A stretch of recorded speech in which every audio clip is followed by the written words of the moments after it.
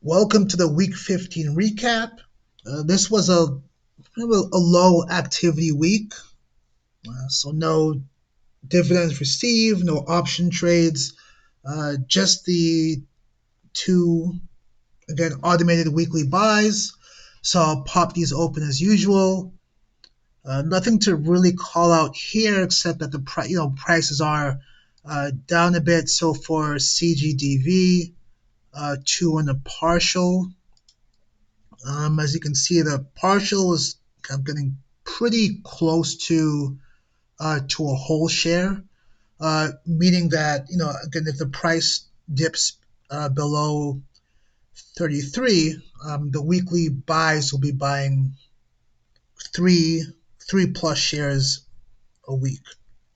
Okay, so again, as I said before, that's kind of the benefit of dollar cost averaging. When the price of the stock or ETF is down, you're buying more shares for the same amount of money.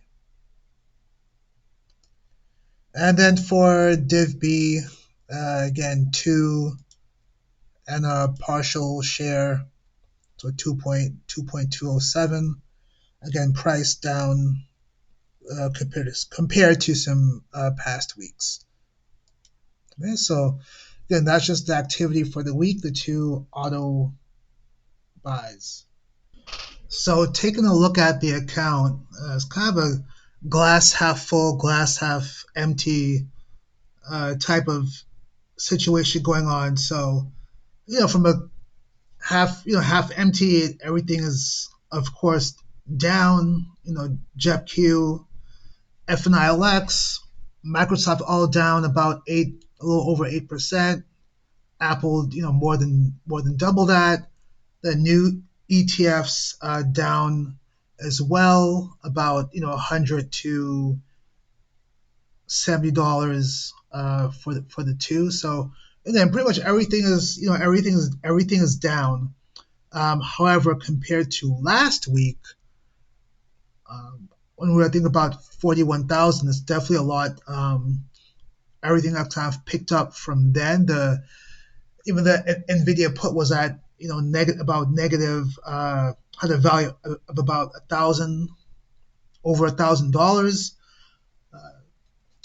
last week. Now it's down to 123, which is good. Of course, there's still 10 days left in this put, so anything can happen.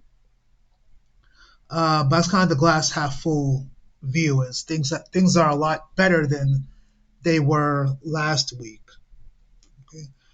Um, that's pretty much all the callouts for the account. Again, it's more of the same, very volatile, big week to week swings, even for an account that's about 40% plus cash, and mostly dividend ETFs. There still is a lot of volatility.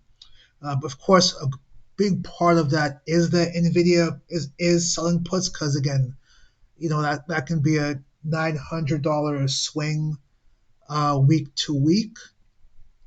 But even absent the option selling, there's still a lot of volatility in what's normally considered to be kind of like safe for value dividend ETFs.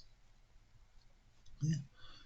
So that wraps up the week. Again, as usual, I hope everyone has a great week, and on to the next.